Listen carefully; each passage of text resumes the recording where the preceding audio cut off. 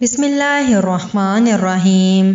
السلام علیکم ورحمۃ اللہ وبرکاتہ۔ شادی کے 2 سال بعد ہی شانزے کے شوہر کا سانحہ بلدیہ ٹاؤن میں انتقال کیا ہو گیا۔ آفس میں کام کرنے والے بڑے افسران سے لے کر چپراسیوں تک کے منہ سے بھی رال ٹپکنے لگی۔ شانزے کا حسن تھا ہی ایسا کہ ہوش و خرد سے بیگانہ کر دے۔ وہ حسن و جمال کا ایک باکمال شاہکار تھی۔ خمار آلود آنکھیں، گھنیرے خوشبو بھرے گیسوں اور مدہوش کن سراپا سب کے دلوں میں ہر وقت ہلچل مچائے رکھتا تھا۔ سانحے کے ابتدائی دنوں میں سبھی اس کا غم بانٹتے اور صبر کی تلقین سے ڈھارس بندھاتے رہے، تاہم تھوڑے ہی عرصے میں شانزے کو محسوس ہونے لگا کہ سبھی ہمدردی کی آڑ میں اسے اپنا ہمسفر بنانا چاہتے ہیں۔ ساتھ ہی اسے یہ احساس بھی شدت سے ہونے لگا کہ لوگ کچھ کہنا چاہتے تھے لیکن کسی وجہ سے ابھی تک خاموش تھے۔ ان سب احساسات کو جان بوجھ کر وہ بھی درگزر کرتی رہی۔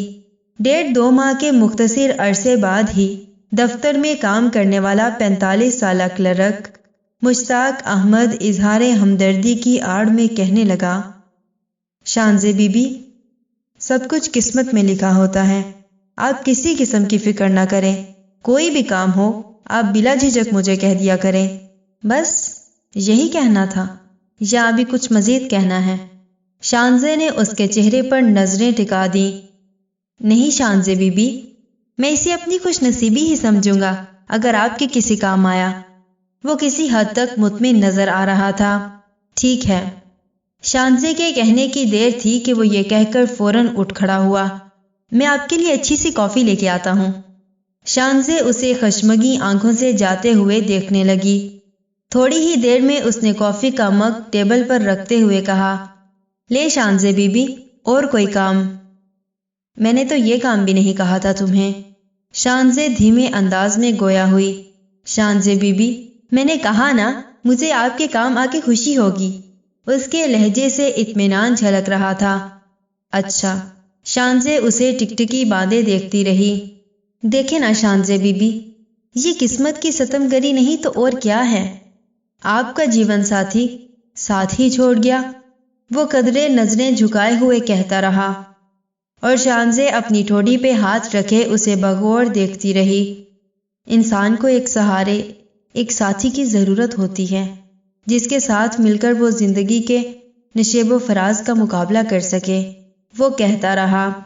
شانزے تو پہلے ہی اس کی باتوں کی تہہ تک پہنچ چکی تھی، پھر بھی خود پر ضبط کرتے ہوئے نرم لہجے میں پوچھا، آخر تم کہنا کیا چاہتے ہو؟ Come to the point.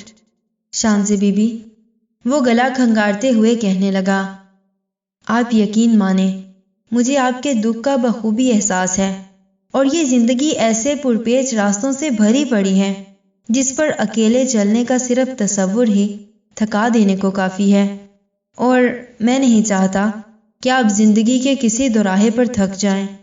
تو پھر کیا کرنا چاہیے؟ وہ بمشکل اپنے غصے پر قابو کیے ہوئے تھی۔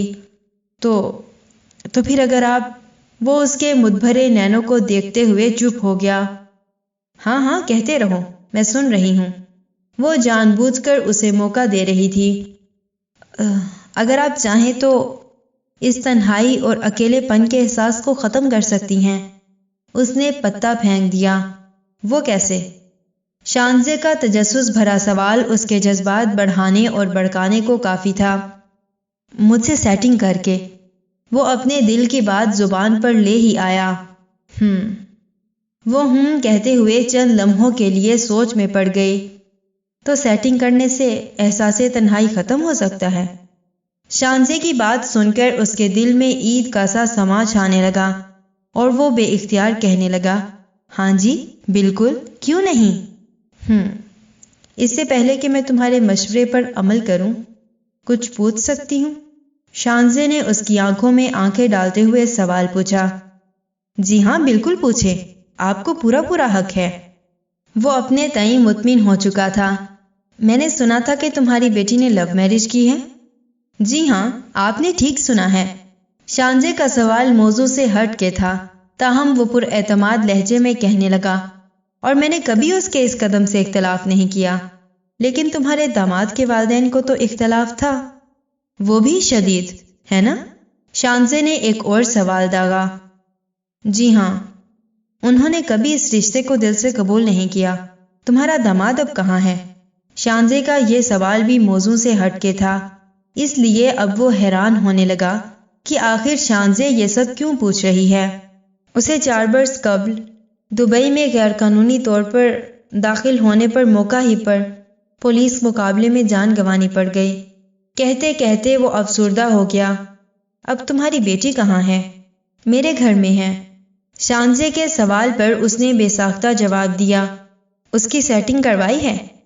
شانزے کا یہ سوال نہیں بلکہ ایک بم تھا جس میں صرف اس کے جسم کے ہی نہیں ارمانوں کے بھی چیتڑے اٹھ گئے۔